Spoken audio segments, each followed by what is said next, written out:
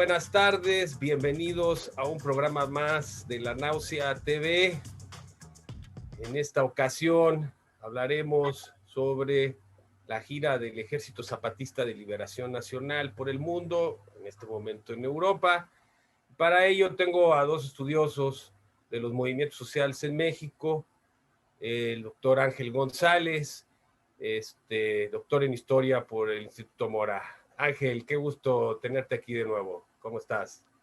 Gracias, Rafa. Muchas gracias por la invitación. Acá andamos listos. Excelente, bienvenido. Y también tenemos al doctorante, maestro en Estudios Sociales por la Universidad Veracruzana, maestro Jesús Medina. Jesús, bienvenido. Una ronda más en esto. Así es, Rafa, pues un saludote y deseoso ya de entrar a este tema tan importante. Excelente. Bien, pues un gusto tenerlos aquí en La Náusea.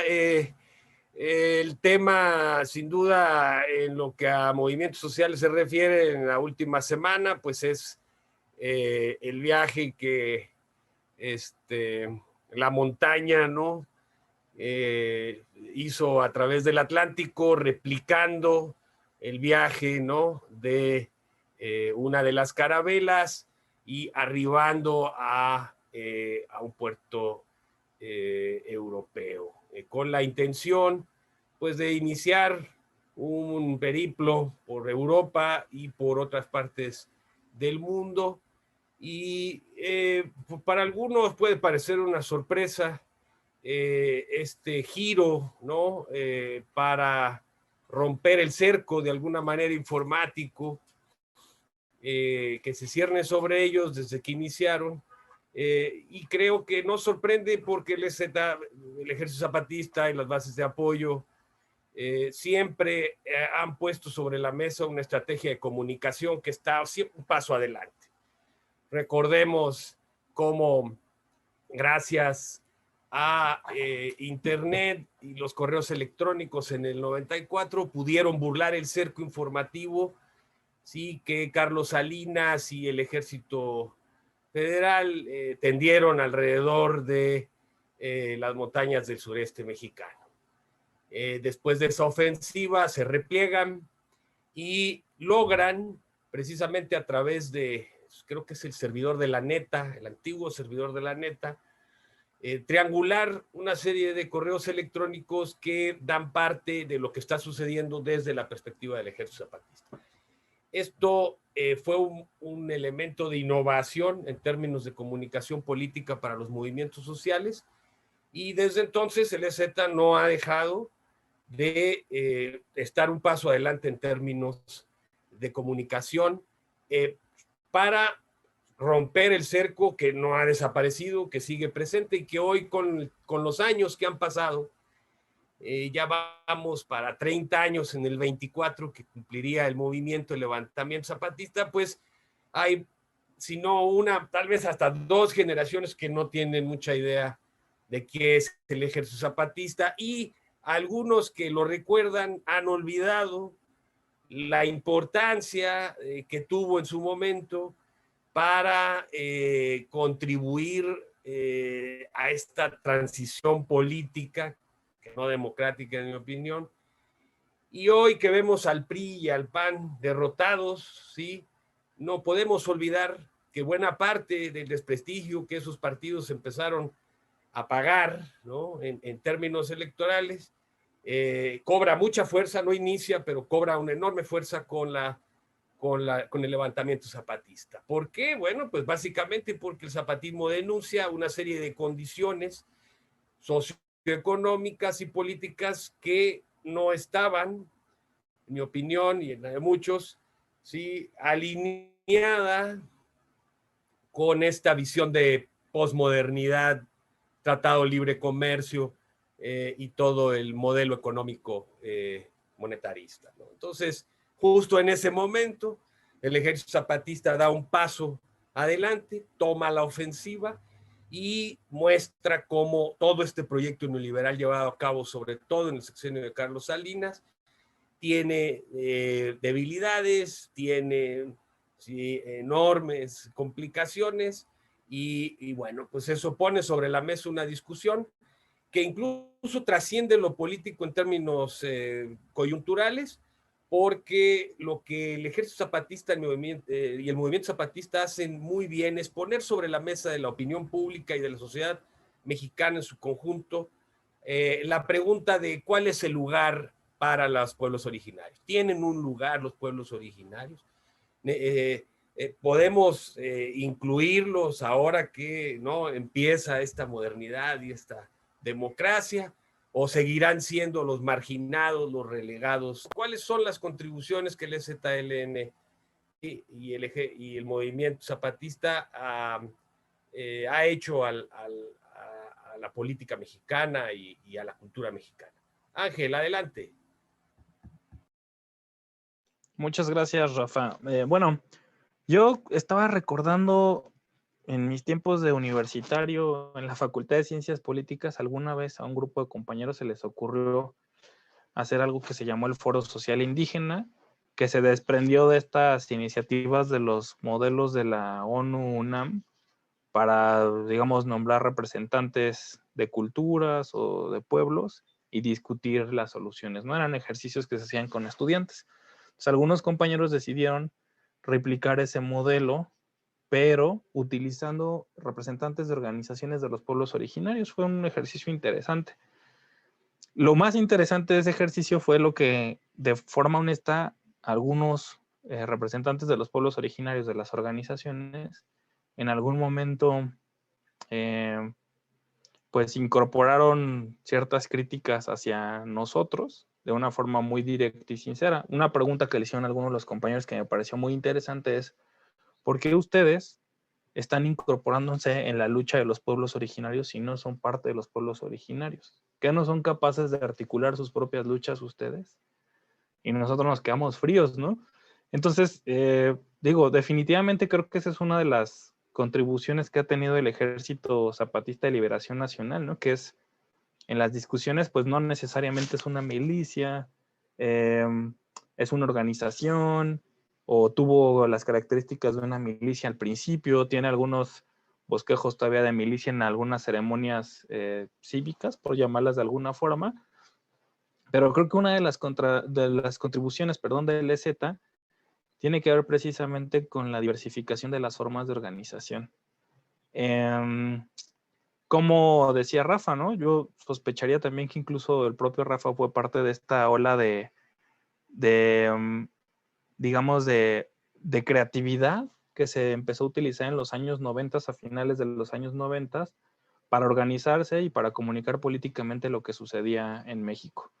Y pareciera, se me ocurre un poco lanzar al aire esta hipótesis y ustedes dirán si es lejana o es cercana a la realidad, pero pareciera, yo no lo había visto tan así hasta ahora que lo estaba comentando Rafa, pareciera que el EZLN es una de las organizaciones del México del tiempo presente que mejor ha logrado también eslabonar muchos de los agravios que esta sociedad y que la historia mexicana tienen, ¿no? Digo, más allá, por supuesto, de todos los relatos del submarcos, de todas las bromas, de todo el discurso del propio ejército zapatista, del discurso de la gente que trabaja dentro del EZLN. El EZLN tuvo una particularidad, eslabonó esos agravios a través de una organización con población de los pueblos originarios, por supuesto con ayuda de otros grupos locales, y además siempre ha tenido, curiosamente, un respaldo organizativo circundante. Siempre ha habido grupos de la sociedad organizados que le han apoyado, ¿no? Entonces creo que ese es uno de los primeros, de las primeras contribuciones que me gustaría reconocerle al EZLN. Algunos historiadores mexicanos, argentinos, ingleses hablan de la importancia del eslabonamiento de los agravios, y que en este país, por lo menos, cada cierto tiempo, cuando se eslabonan los agravios, lo que ocurre son rebeliones, ¿no? Creo puede ser también en algún sentido el caso de las últimas manifestaciones que tienen que ver con cuestiones juveniles, y en el caso del EZLN, pues estaba el atraso, el rezago y la sistemática marginación de los pueblos originarios en México, ¿no? Que era algo que era una demanda sentida no solo de los propios pueblos originarios, que por sus condiciones propias de marginación social, pues tenían dificultades, por supuesto, para organizarse, ¿no? La vieja hipótesis de que cuando no está resuelto el asunto de la comida es difícil ponerse a pensar en organizar, en formarse, en leer, en organizarse, ¿no? Pero entonces ellos rompen este paradigma, ¿no? Y empiezan a hacer los esfuerzos de organización. Hacia adentro del EZLN también hay un mundo muy interesante, ¿no? Alguna vez también tuve la oportunidad de estar por allá trabajando al menos 2 semanas en el Caracol Quinto, si no mal recuerdo. Y es muy interesante porque a mí me parecía mucho más enriquecedor estar con los zapatistas y conocer las dinámicas de organización que hay hacia adentro de los caracoles que estar leyendo sobre el zapatismo, ¿no? O sea, parece ser que lo más rico del ejército zapatista es la vida hacia adentro, ¿no?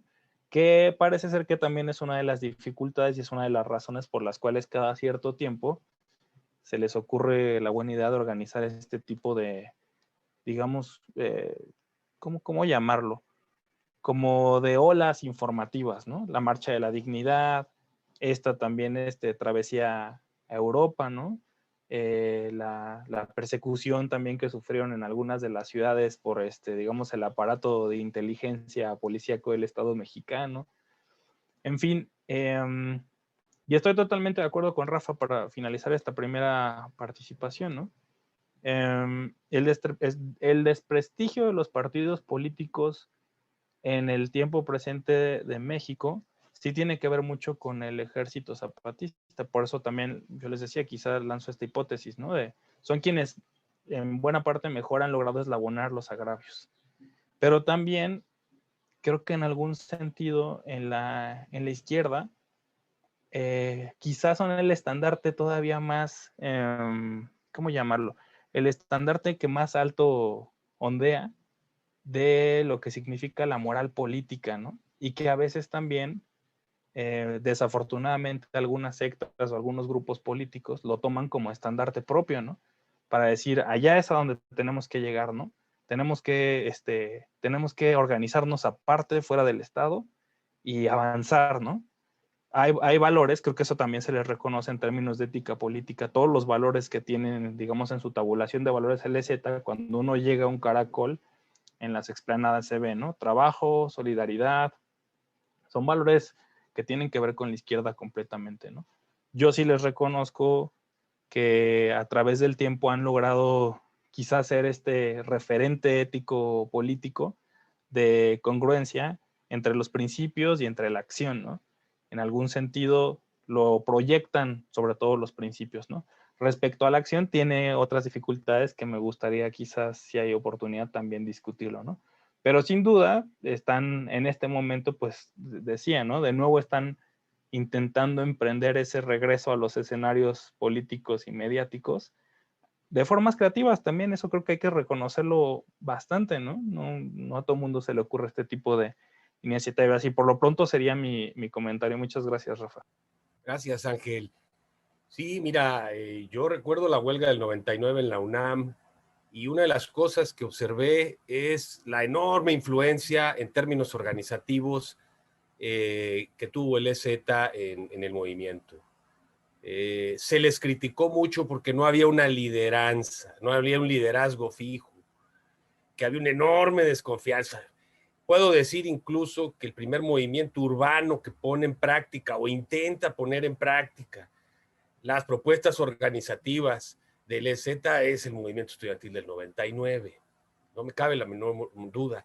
Y en parte ahí fue donde se presentaron algunos de los problemas y de los conflictos internos del movimiento. Pero vamos un paso más adelante y hablemos también de la influencia que tuvo a nivel global con el encuentro intergaláctico que generó un proceso que después fue conocido como los globalifóbicos, ¿no? Epíteto puesto por un genocida como Cedillo, por llamarlo de una manera, ¿no? Que no sea altisonante. Y Seattle, después Génova, después incluso el foro San Paulo, y todas estas partieron de ahí. Y en cierto sentido, no estoy diciendo que todo es por el EZ, pero el EZ inaugura una etapa de los movimientos sociales en el que la cuestión de la organización global es fundamental. ¿Sí? Ya la comunicación no se limita al Estado nacional, sino que se abre a todo el mundo. Y esto es, yo creo, una cuestión importante que efectivamente hay que tener en cuenta. La cuestión organizativa es importante, sí. Y con respecto a la cuestión de la identidad, pues la cuestión ética es fundamental también. Digamos que se introduce, recordemos aquellas intercambio epistolar entre el difunto Marcos y el maestro Villoro, precisamente hablando de la ética. En un momento en que el sistema político mexicano tiene una enorme crisis por la degradación de un sistema político que tenía ya 50, 70 años, la propuesta zapatista sin duda es un parteaguas, ¿no? Jesús, ¿tú qué opinas? Adelante. Ok, bueno, gracias Rafa.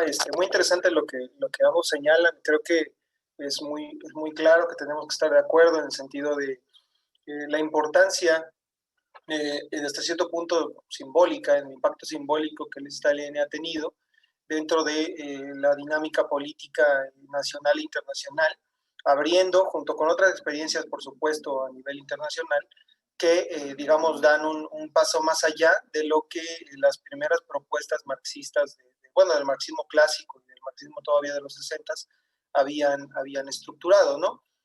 Pero creo que para poder dar cuenta justamente de este tipo de características, del por qué el EZ-LN es algo diferente dentro del espectro del movimiento social y el movimiento armado en México, creo que tenemos que recurrir al análisis de su historia, ¿no? Entonces, creo que lo podía plantear de la siguiente manera, de forma muy resumida. Bueno, la historia del EZ-LN obviamente es muy importante, dado que actualmente, como bien señalaba Rafa, varias generaciones pues no vivieron el lanzamiento y no recuerdan la historia del EZ-LN. Por eso encontramos en redes sociales estas versiones que justamente, de hecho, ahora que critican a Andrés Manuel, el EZ, pues que los acusan de ser parte del PRI, que fueron creados justamente por Salinas. Bueno, pues para estudiar esto obviamente tenemos que recurrir a la historia. Y el problema es que el mismo EZ a veces es un poco cerrado con la cuestión de su historia. Es decir, el lanzamiento del 94 no se puede explicar sin tomar en cuenta los 11 años anteriores que se desarrollaron de trabajo desde el 83 en la selva chiapaneca, en el que se fue conformando justamente esta estructura, sí con tintes obviamente militares, pero también con una lógica de desarrollo político y organizativo, pues la verdad prácticamente nunca antes vista dentro de la historia política en México, ¿no? Y esto obedece a justamente las características de la organización de la cual parte el EZ-LN.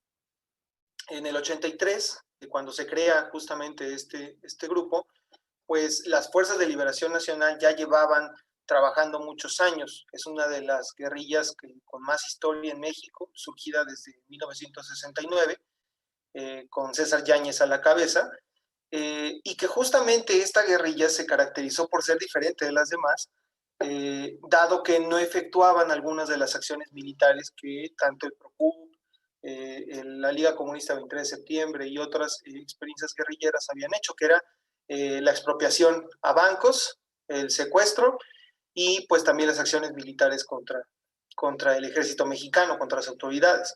Esto permitió que las Fuerzas de Liberación Nacional desde el 69 hasta el 83 se mantuvieran vivas, pese a toda esta estructura militar que los estaba persiguiendo, al igual que todas las guerrillas mexicanas, durante la etapa de la Guerra Sucia.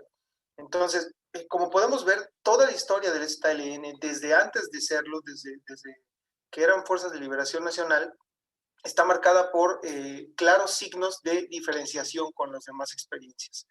Y esto también lo podemos ver, por ejemplo, en algunos de sus planteamientos políticos, su declaración de principios y todo esto de las Fuerzas de Liberación Nacional, en la que dejan claro que, digamos, el marxismo-leninismo que ellos recuperan, está muy relacionado justamente con su visión nacionalista.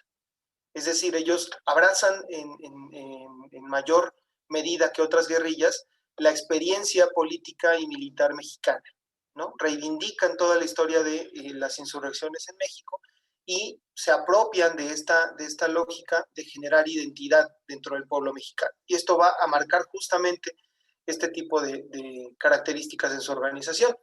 Y bueno, por último también para tomar en cuenta esto es la innovación del ZLN surge justamente de una derrota en el campo militar, de una fortaleza organizativa, pero a fin de cuentas de una derrota en el campo militar. ¿Por qué? Porque la insurrección del 94, pues tenemos que recordar que sí era un intento de insurrección nacional.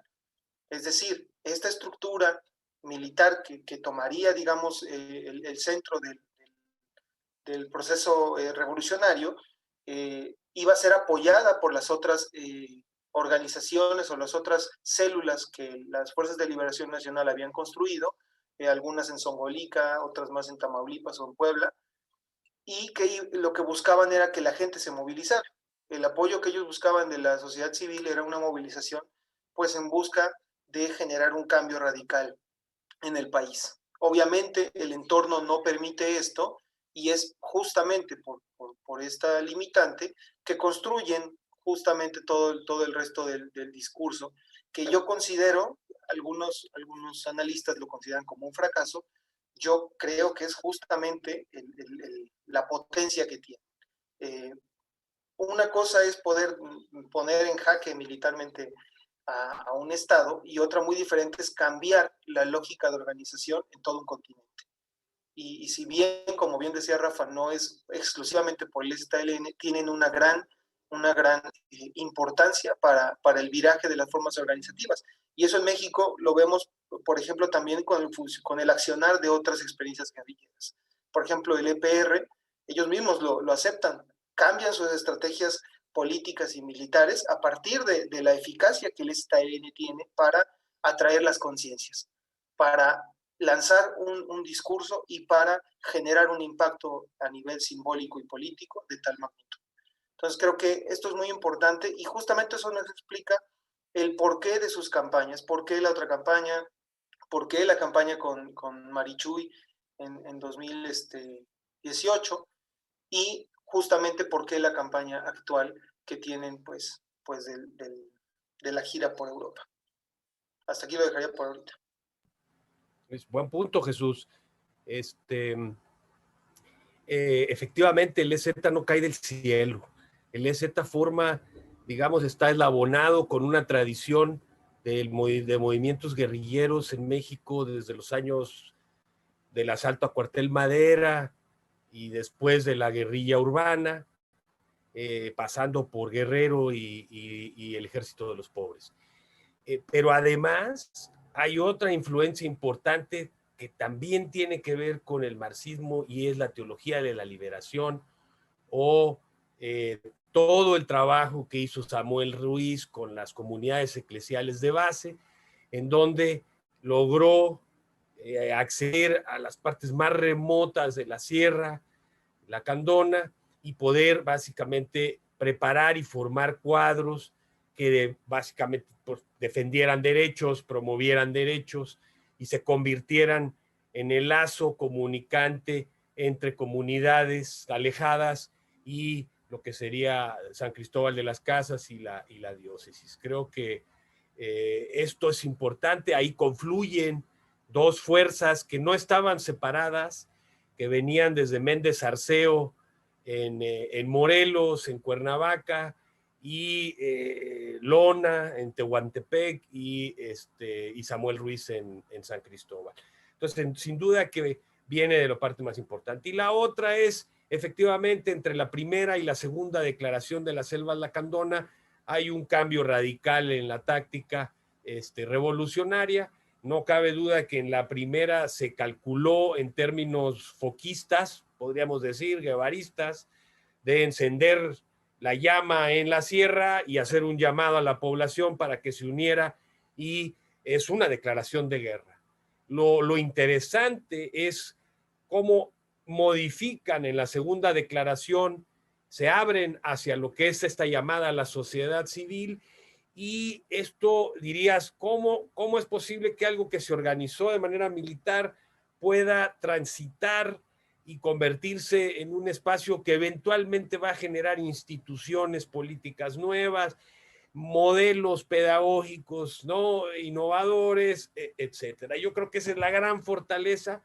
Creo que el movimiento como tal tiene una lectura muy viva de la coyuntura y entonces puede de alguna manera no reaccionar, sino adelantarse en cierto sentido a los hechos, ¿no? Y yo creo que la carga simbólica siempre ha sido esa, ¿no?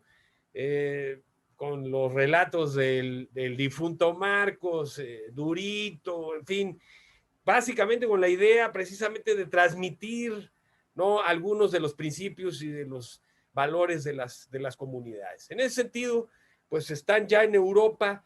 ¿Qué podemos esperar de eso? ¿Es simplemente un acto de relaciones públicas o tiene que ver también con fortalecer alianzas con sectores europeos que, dicho sea de paso, apoyan, en mi opinión, muchas veces de manera más eficaz que lo que hacemos aquí en México, ¿no? Entonces, pues no sé, Ángel, ¿tú cómo lo ves? ¿Cuáles son las fortalezas de esta gira, sus debilidades, sus perspectivas? Adelante, Ángel. Bueno, antes de hablar de la gira, también creo que estamos desestimando algo muy importante que pasó con el EZ. Quizá nos estamos concentrando más en la parte de la organización, de la historia hacia adentro. La irrupción del EZLN también trajo cambios no solamente en la política, sino también a nivel del diseño del propio Estado, ¿no?, de la estructura estatal. Y a mí se me ocurre, por ejemplo, de repente se me cruzó ahorita y dije, pues sí es cierto. Si no mal recuerdo, la irrupción del EZLN trajo una nueva fracción de una nueva delimitación de región militar para Chiapas, una delimitación especial territorial, y que además, a pesar de que el grupo aerotransportado Fuerzas Especiales del Ejército Mexicano estaba existiendo, si no me recuerdo, a partir de los 80s, de finales de los 80s, con obvias connotaciones e inspiración de la contrainsurgencia francesa, para los 90s, por supuesto, se intensificó a la par del surgimiento y también de la sugerencia, seguramente de los aparatos de inteligencia mexicanos, los esfuerzos para limitar, en términos de movilización, pues, revolucionaria en cierto sentido, al EZL. De hecho, no, vamos a ver si no digo una burrada, pero creo que uno de los campos de entrenamiento de los GAFES, de grupos especiales, está precisamente en San Cristóbal, en las afueras de San Cristóbal de las Casas, ¿no?, donde entrenaban las fuerzas especiales, ¿no? Fueron, en cierto sentido, también, cuando surge el EZLN, pues también es una oportunidad para probar el aparato de inteligencia y también las partes de la milicia que se encargaban de todas estas cuestiones de mitigar, ¿no?, las rebeliones. Esto creo que también es interesante finalmente a nivel de estructura del Estado. Sobre la gira de ahora, pues creo que es clarísimo lo que están haciendo, ¿no? Es una reconfiguración del mensaje, es un esfuerzo también por rescatar, por construir, como dice Rafa, alianzas.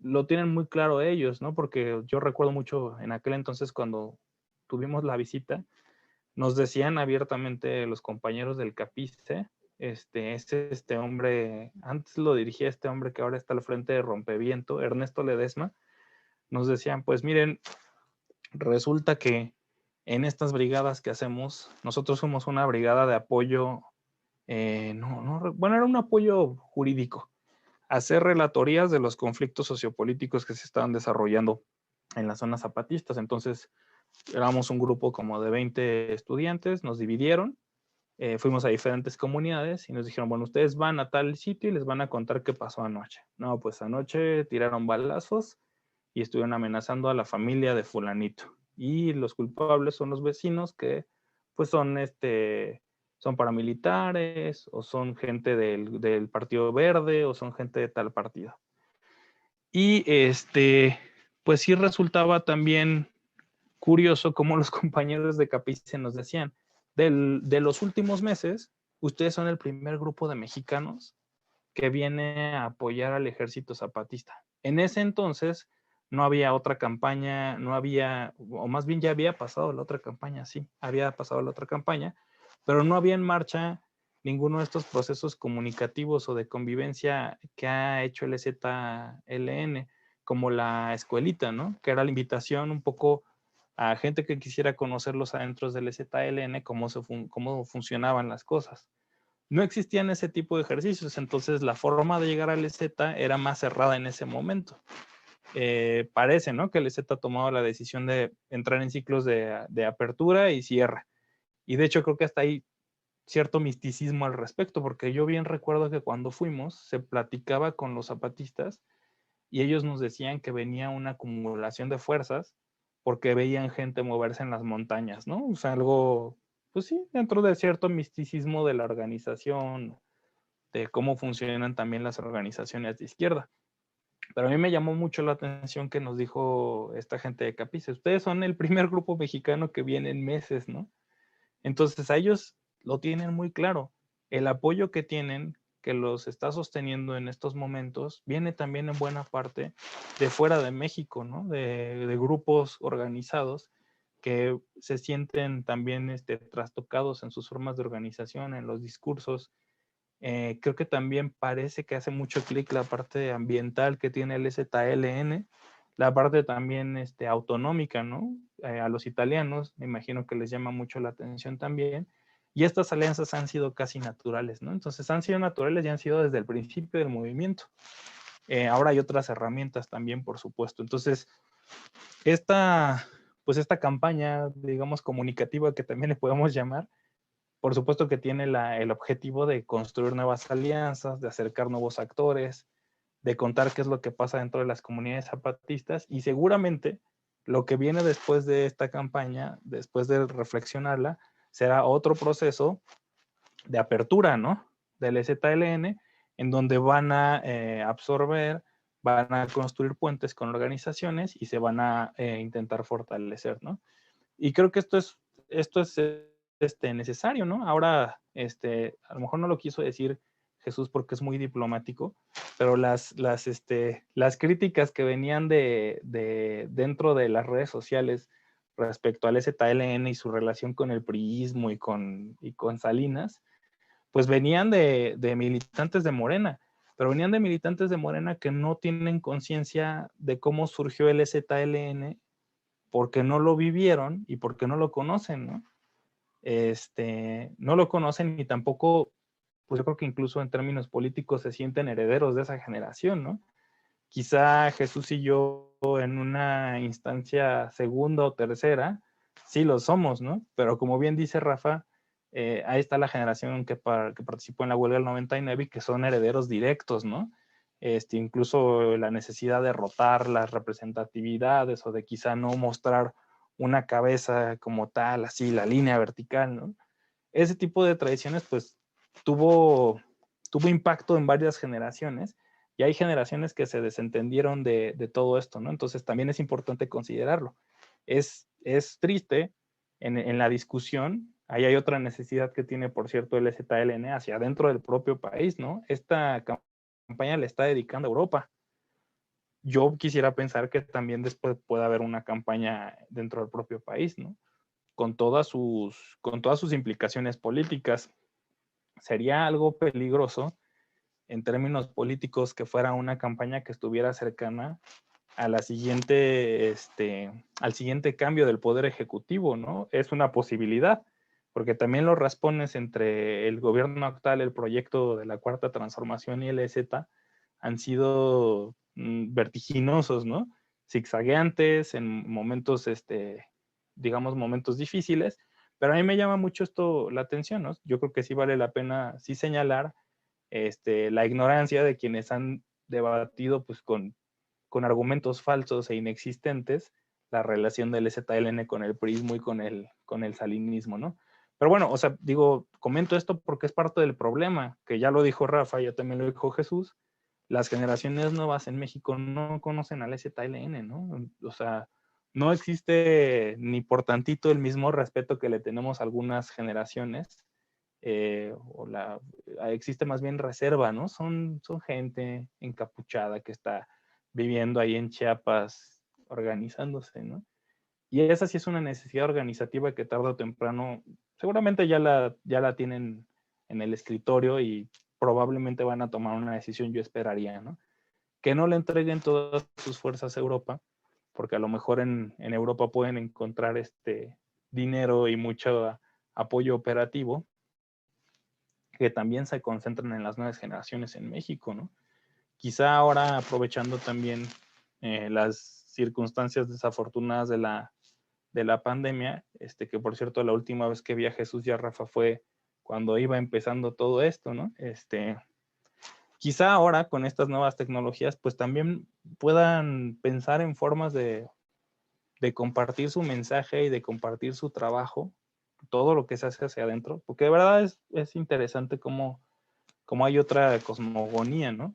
Que ni siquiera a veces, por cierto, tiene que ver necesariamente con el EZ, sino está vinculada con la organización, pero más bien tiene que ver con la forma de comportamiento de los pueblos originarios, ¿no?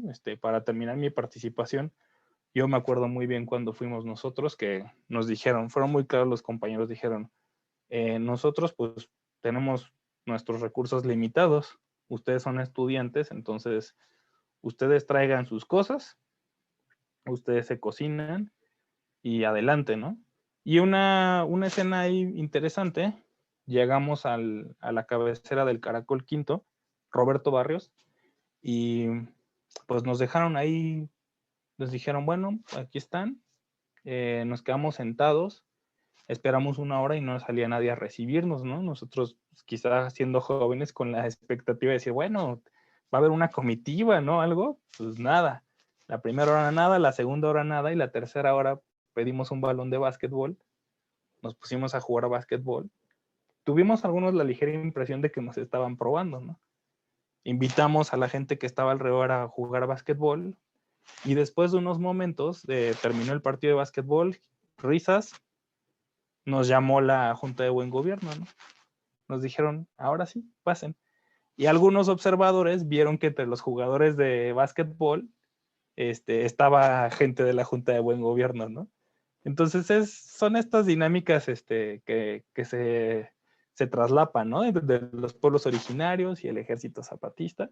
Y uno aprende muchas cosas de ellos. Entonces creo que sería bueno también que tuvieran algo de consideración a las nuevas generaciones y trataran de imaginar la forma ahora de transmitir su mensaje más allá, insisto, ¿no? De los sueños, iba a decir sueños guajiros, pero de los proyectos autonómicos extremistas, la necesidad sí de asumir la ética política, los valores de la izquierda, que creo que el LZ sigue siendo un buen transmisor, un buen proyector de esos valores, ¿no? Yo lo dejaría hasta allí, gracias.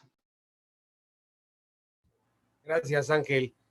Hombre, esto que mencionas del ejército, pues podríamos incluso aventurar, ¿no? La tesis, pues de que en realidad la militarización no empezó con Calderón, empezó con Cedillo, y empezó precisamente reestructurándose, invirtiendo en armamento, ¿sí? Y estableciendo un nuevo foco, ¿sí? Que sería el sur. Y es hoy ese lugar en donde se están llevando a cabo los proyectos estrella del gobierno federal, el tren transísmico, el tren Maya y el canal seco, etcétera. Y con el ejército como el constructor, como el administrador, vamos, como el actor central, más todo lo que tiene ahí en términos de ubicación. Entonces, digo, no es que le quitemos mérito a Calderón por haber militarizado el país, pero la tendencia era básicamente que un estado débil, ¿sí? Dividido a su interior, no tiene ya la posibilidad de consensar, de lograr acuerdos, Y en ese momento, tal como lo decían los zapatistas, se muestra desnudo el Estado y muestra la fuerza. Es lo único que le queda. Ya no tiene capacidad de consensar, de negociar, ¿no? Y entonces ahora, a partir de esto, primero con los zapatistas, después con el narcotráfico, pues lo que vemos es una militarización. Se estrena la famosa, el antecedente de la Guardia Nacional en la entrada en el 2001 en febrero a la ciudad universitaria. Recordemos que ahí se estrena esta policía militarizada que sustituía a los granaderos, ¿no? Ya era una policía militarizada que es el antecedente de la Guardia Nacional y de todo ese proyecto de militarización de las policías. Entonces, por eso, digo, esa tesis que yo planteo, pues no se me había ocurrido hasta ahorita que lo mencionaste tú, pero pues tiene sentido porque la respuesta al EZLN fue la cuestión militar y luego la ley Cocopa, que la cambian por la Bartlett Ceballos, ¿sí? Y gracias a eso se logran que los partidos se pongan de acuerdo, pero terminan la solución negociada con el EZ. Y ahí empieza el famoso proceso que nos tiene hoy, donde nos tiene. Entonces, yo incluso diría que el presidente de la República tiene una deuda con el EZLN porque él estuvo allá, el PRD obtuvo mucho apoyo, sí, popular, gracias a la postura que tomó frente al EZLN. Que ahora no se lleven bien, bueno, es porque las condiciones en duda han cambiado y porque Andrés Manuel ya no es oposición, ahora es el presidente de la República, entonces pues yo supongo que ahí por ahí podrían estar las diferencias, pero buen punto, Ángel. Y ojalá las nuevas generaciones tengan las oportunidades que ustedes tuvieron, ¿sí? Porque yo creo que es importante que conozcan los jóvenes, al menos que estudian ciencias sociales, pues que conozcan esta realidad de frente, ¿no? Y eso puede ser estimulante. Jesús, tu opinión con respecto a la gira. Adelante. Claro, pero para poder entender cómo se está percibiendo la gira, creo que igual tenemos que pues plantear justamente por qué, como bien señalaba Ángel, se da no solo el desconocimiento hacia lo que es el EZLN, sino el ataque, la crítica, y en gran parte pues proveniente de justamente estos sectores que están con el proyecto de Andrés Manuel, no necesariamente adscritos a Morena, no tienen que serlo, simplemente simpatizantes. Y creo que eso tiene que ver con algo que es constante en la historia política, no solo en México, en todo el mundo, que es que se juzga más a quien intenta y en teoría fracasa a quien no intenta. Es decir, más allá de que se compre o no el discurso de que el PRI es el fundador del EZLN, quienes no consideran esto, en el mejor de los casos, señalan justamente que empezó bien, pero se corrompió, ¿no? O sea, empezó bien, pero ahora con AMLO, pues, ¿para qué necesitan seguir siendo autonomía? Ya ganamos, ya ganó la izquierda, ¿no? Y creo que eso tiene que ver justamente con la postura que el EZLN ha mantenido durante tantos años y que no es cosa fácil, de negar toda conexión con el gobierno. De esta lógica de autonomía que les ha valido pues estructurar los caracoles de una forma en verdad, digamos, importante a nivel no solo en México, sino internacional, ¿no? Y entonces con esto podemos ver también cuáles han sido algunas de las críticas que se han estado estructurando al EZ actualmente, como es el hecho de, hasta cierto punto, con una mirada, podría decirse, de colonial, en la lógica de por qué ir a Europa. ¿Por qué tener que estar pidiendo el apoyo de Europa cuando volvemos a caer en la mirada colonial, ¿no? Por ejemplo, de que Europa es el centro y es a quien se tienen que dirigir las miradas, ¿no? Que es una de las críticas que hemos podido ver en redes sociales. O que pues mejor deberían de abocarse a resolver los conflictos que tienen en Chiapas, como es el hecho, por ejemplo, de los paramilitares, ¿no? Que los tienen cercados y que pues son capaces de golpearlos en el centro de su propia organización y con impunidad absoluta porque obviamente el gobierno de México pues es parte de esta estrategia de contrainsurgencia, ¿no?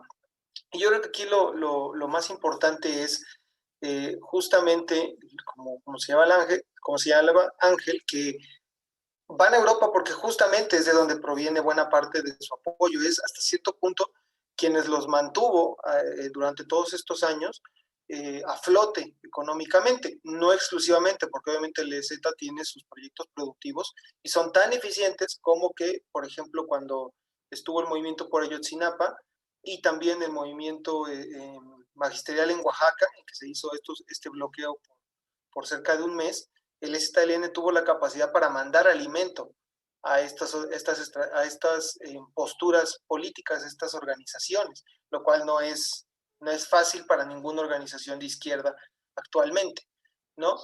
Entonces, creo que es un esfuerzo interesante, nuevamente un esfuerzo mediático, que lo que busca es atraer las miradas hacia el EZLN y atraer, digamos, los micrófonos a lo que ellos están planteando en su discurso, que simbólicamente es muy profundo, y a la vez creo que lo que hace falta, a la par de lo que señalaba Ángel de una estrategia similar en México, es tratar de resolver hasta cierto punto los problemas políticos que al interior del EZLN también se están presentando, porque como cualquier organización no está exenta de problemas al interior.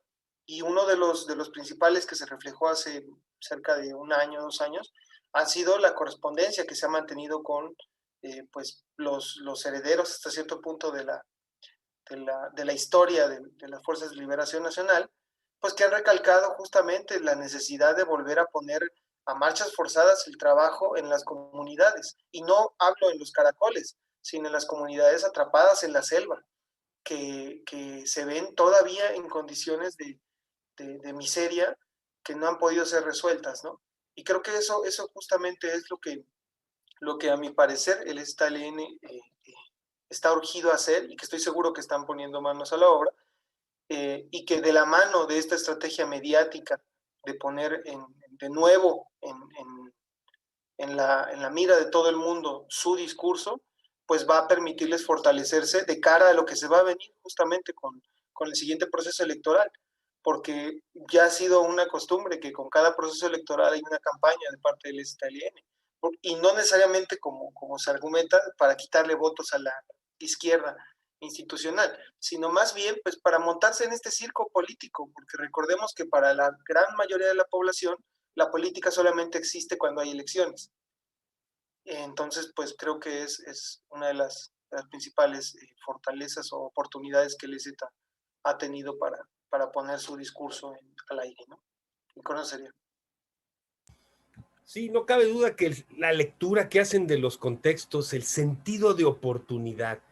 Van a Europa y hace 3 días vimos cómo tiraron en Canadá, pero también en Europa, ¿sí? Estatuas de personajes, ¿sí? Que esclavistas, colonizadores o descubridores, conquistadores, y me parece que en ese contexto, pues cae perfecto, vamos. Y además con un discurso de, pues no venimos a cobrar nada, no venimos a señalar, no venimos a... No, venimos básicamente aquí a hablar con la gente que quiera hablar con nosotros, a comparar experiencias, no venimos a reprochar nada. Pero simbólicamente van a estar en Madrid cuando se celebren los 500 años de la conquista, de la caída de Tenochtitlan. Digo, entonces, de veras, pero el sentido de oportunidad es genial, porque además en España las cosas están muy polarizadas, hay una reacción muy fuerte de los grupos franquistas. Entonces, en realidad, dice, esto evidentemente está apoyando a fuerzas políticas españolas, las autonómicas, las que de alguna manera promueven el respeto a la cultura, a la lengua, en muchos sentidos, ¿sí? Se nota que no es tan grande la distancia de las luchas en ciertos sectores europeos con los de los pueblos originarios en América Latina y en particular en Chiapas. Entonces, llegar en este momento allá, justo cuando tenemos 2 o 3 años en que la gente en Londres y en otros lados de Europa han estado derrumbando o cuando menos manifestándose en contra de estos personajes históricos, pues digamos, eso es una de las cosas que también hay que reconocer. Efectivamente, esto no va a resolver la problemática interna del EZL en términos de las necesidades de sus comunidades. Yo no creo que vayan con esa intención, pero al final estar constantemente en esta, digamos, en los medios, ¿no? Aunque no sean en las primeras planas, es una manera, pues, de sí, entrar a modificar la correlación de fuerzas y poder promover, sí, sus propuestas. Bien, pues no sé si quedara algo en el tintero, alguna idea que quisieran ustedes plantear para cerrar ya este programa. Ángel, adelante. Sí, solamente también otra anécdota respecto a la cuestión de la militarización. Cuando yo fui, no recuerdo qué año fue, pero seguramente fue por ahí del 2000, como 10, quizá 2008, 2009. Pero el ambiente que se sentía de la brigada que fuimos era un ambiente pesado, ¿no? O sea, pues, de que se le tenía miedo a los militares porque los veíamos en cada esquina en las ciudades, ¿no? Entonces, yo pienso, ¿no? O sea, estoy de acuerdo con la hipótesis de Rafa que también en ese entonces comenzó una voltereta institucional a nivel del Estado mexicano que favoreció al ejército, ¿no? De una forma impresionante.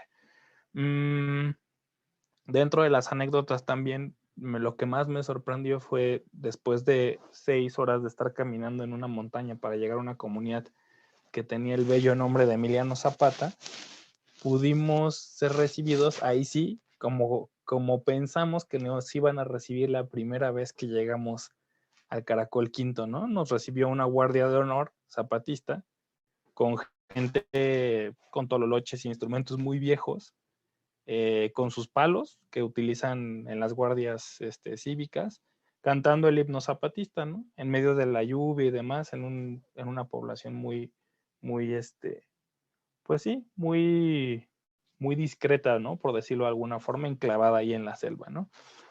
Dentro de las reflexiones, pues, creo que hace falta también, sigue haciendo falta mucho diálogo entre las izquierdas, ¿no? Quizás estos esfuerzos del EZLN también se tienen que remitir hacia adentro de las organizaciones y de las orientaciones ideológicas y políticas que se reconocen como izquierdas en México. Hay cierta animadversión también por la forma de organización que tiene el EZ. Es una de las críticas, ¿no? Que ellos se organizan hacia adentro de sí y hacia afuera, pues no hacen mucho, ¿no? O sea, es un argumento que se utiliza, yo no estaría del todo de acuerdo, ¿no? Que tienen más una forma de secta que de organización, ¿no? Pero esto finalmente, independientemente de que sea cierto o que sea falso, lo que sí revela es que si no se construyen esas formas de diálogo entre las izquierdas, vamos a entrar en un proceso muy peligroso en el que si nosotros llegamos a reflexionar, al menos esa sería mi reflexión de este, digamos, primer periodo, decía, ¿quién lo decía de una forma muy interesante? Creo que Julio Hernández López, el astillero. Decía, si esta sección no lo viéramos como una semana, acabamos de llegar al miércoles de la semana, ¿no? O sea, estamos por ahí de la mitad.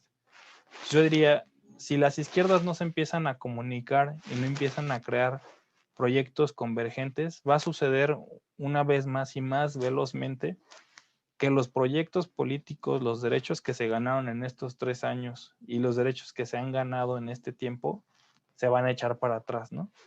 Y se van a echar para atrás por la falta de visión política, por la falta de horizonte, por la falta de madurez también de poder compartir proyectos políticos.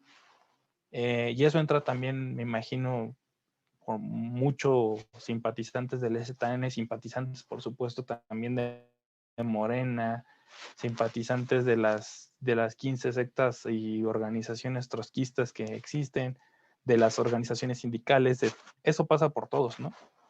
Si no se consolida un espacio de coexistencia de las izquierdas donde haya diálogo y donde también, por supuesto, el EZN o quien quiera ser parte de ese espacio que forme parte, nos van a echar para atrás, ¿no? Y van a echar para atrás los derechos que se habían ganado desde hace mucho antes, las cosas que se pudieron haber ganado en estos 3 años y en los 6 años que ojalá se ganen más cosas, y se van a desperdiciar muchos esfuerzos, ¿no?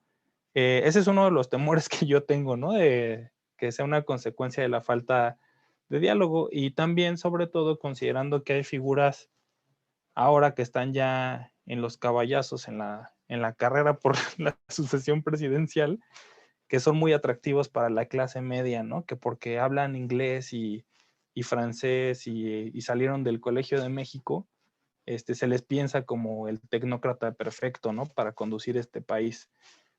Y además esas figuras resulta que tienen bastante talento para poder envolver grupos políticos, ¿no? Envolverlos, absorberlos y refabricarlos, ¿no? Presentarlos como nuevos grupos políticos con ideales muy innovadores y muy modernos que van a hacer de este país, ¿no? Me refiero, por supuesto, a Marcelo Ebrard, ¿no? Está ese riesgo, ¿no? Está en riesgo el proyecto político, y creo que también el EZ podría tener un papel allí, ¿no? Si son digamos, si son los abuelos o si son los tíos de nosotros que nos enseñan, creo que no valdría bastante el esfuerzo, ¿no? De intentar crear un espacio donde converjan fuerzas políticas de izquierda. Y es más, que en este momento se haga ese espacio y que se empujen a las izquierdas a hacer al gobierno más de izquierda o de verdad de izquierda, ¿no? Es necesario, ¿no? Yo digo que el EZ podría ser un representante bastante digno de esta misión, ¿no? Pero todo esto también para decir cuáles son los riesgos de cuando las organizaciones sí en la realidad trabajan para sí mismas, con horizontes políticos fuera de la realidad, ¿no? Que no son prácticas, ¿no? Que conste que no es lo mismo práctico que pragmático, no son prácticas y no accionan conforme a su entorno, conforme a su realidad, sino más bien conforme a los horizontes, ¿no? De forma ciega, y el horizonte está allá, ¿no? Y vamos a ir hacia el horizonte y no importa cómo, no me importa lo que me rodea, ¿no? Entonces creo que ojalá que también esa reflexión llegue, ¿no? Al EZ. A veces pareciera que en los relatos que se construyen alrededor del ejército zapatista se les combate a capa y espada a todo mundo, ¿no? Algunos, digo, simpatizantes del EZ, ¿no? Intelectuales orgánicos cercanos a figuras también hay universitarias importantes. Tú no eres un activista de verdad, tú tampoco eres un activista de verdad, tú tampoco eres un activista de verdad, ¿no? Y eso, de verdad, lejos de dejar yo hablo pues de los grupos que rodean al EZ, ¿no? Eso lejos de dejar enseñanzas, pues de nuevo lo que está dejando es lejanía entre los proyectos, entre las tácticas, entre las estrategias, y lo más dramático, entre el análisis que se puede hacer de lo que pasa en este país, ¿no? Entonces hace falta también tender ese puente, ¿no? Y que se tienda a través del trabajo, que conste. Esa también es enseñanza del EZ, ¿no? Por cierto. Eso sería por mi parte. Comparto tus temores, Ángel, a mí también, pero el problema, lo que tú planteas en este contexto, en donde está un gobierno de izquierda, pues me parece hasta más complicado todavía, porque pues aquí lo que se trata es de apoyar al gobierno, vamos, como dijo el difunto Helguera, pues si tengo 30 años esperando un gobierno de estos, pues ahora que llegó, pues no, digo, pues no me pidan que lo haga pedazos, pues no la muelen, ¿no? O sea, si lo tengo que apoyar, puedo criticarlo si la cagan muy feo, pero pues en general no.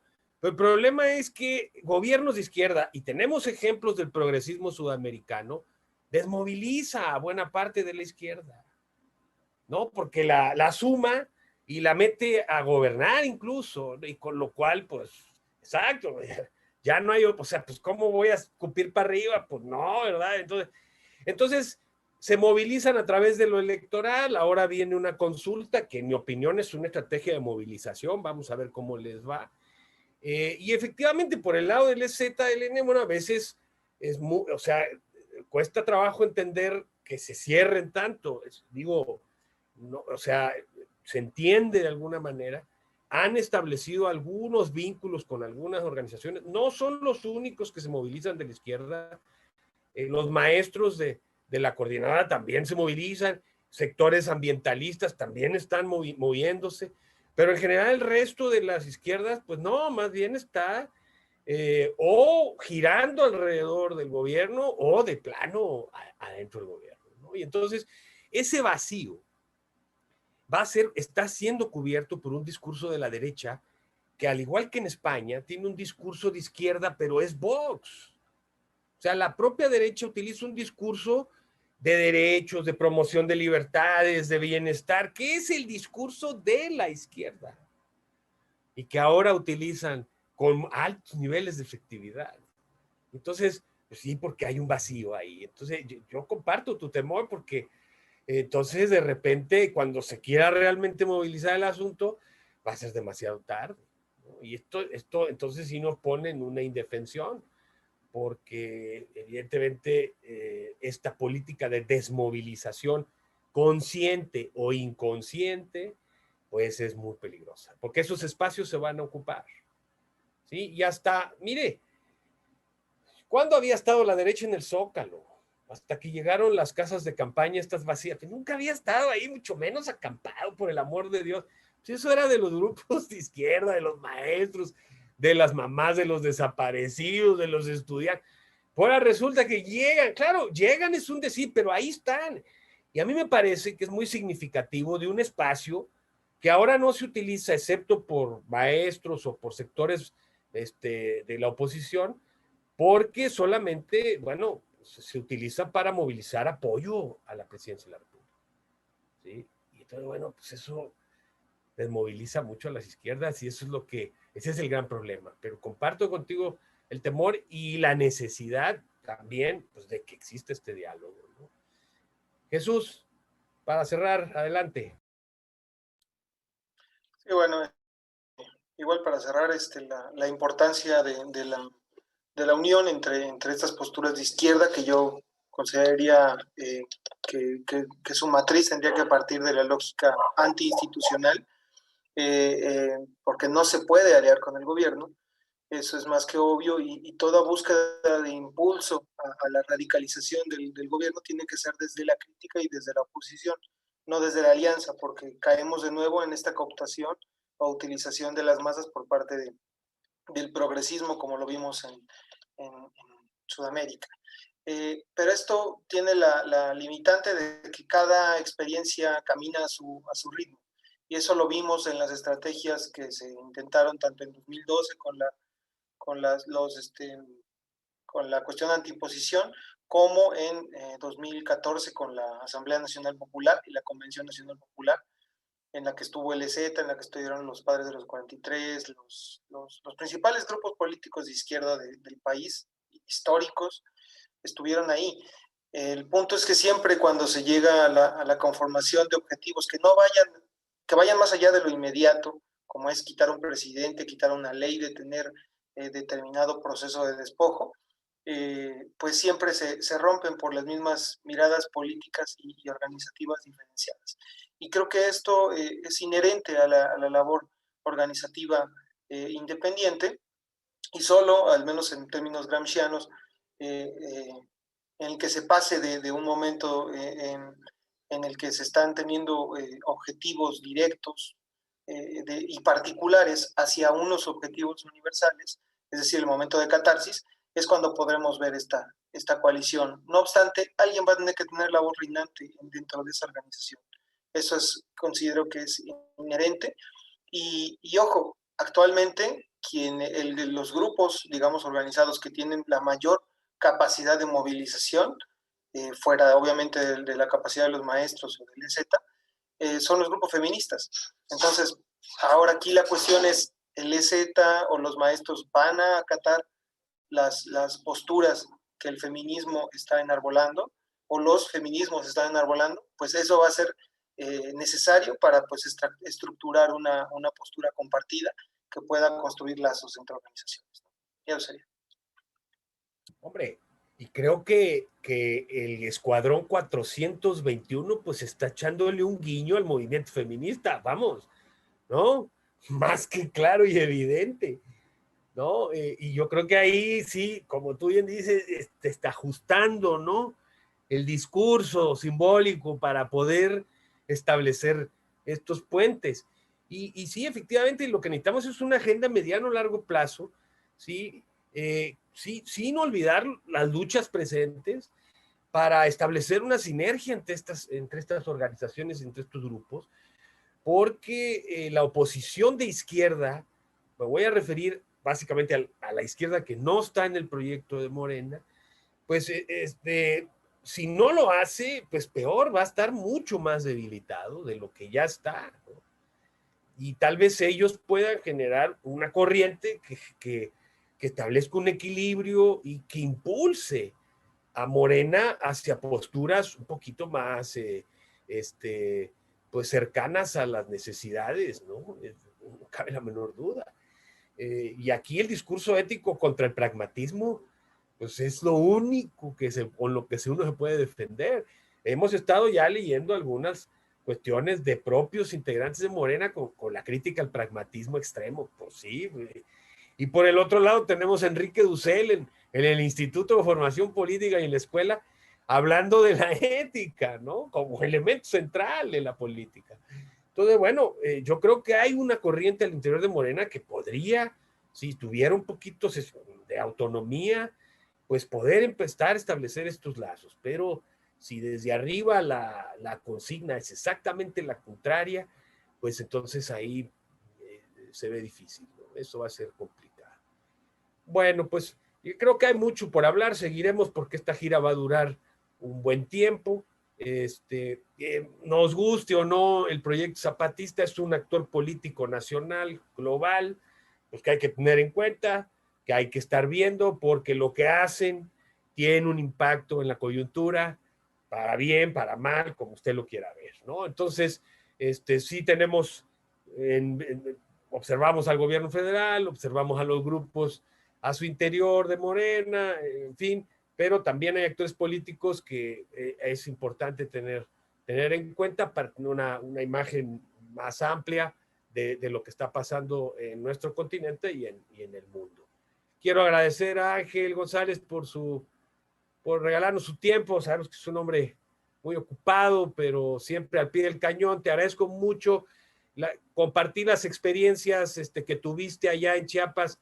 Es muy importante, Ángel. Esa era un poco la idea. Te agradezco que las hayas compartido con nuestro auditorio. Y Jesús, siempre desde la crítica al interior de la izquierda, pues siempre bienvenida. No se trata aquí de guayabazos ni de darnos palmaditas.